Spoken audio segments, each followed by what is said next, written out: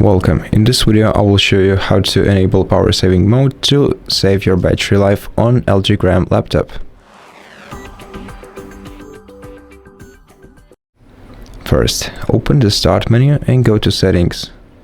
Then go to System section on the sidebar and select Power and Battery Settings from this menu.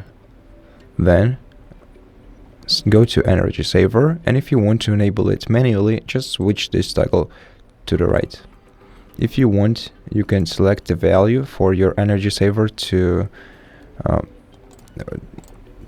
be enabled automatically, or you can just select always, and this way the power saving mode will enable automatically whenever your charging cable is unplugged from your computer.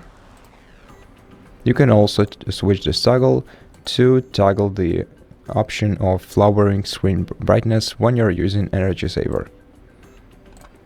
And that's it. Thank you for watching this video. If you liked it, please consider subscribing to our channel, leave us a like and a comment below, and I'll see you in the next one.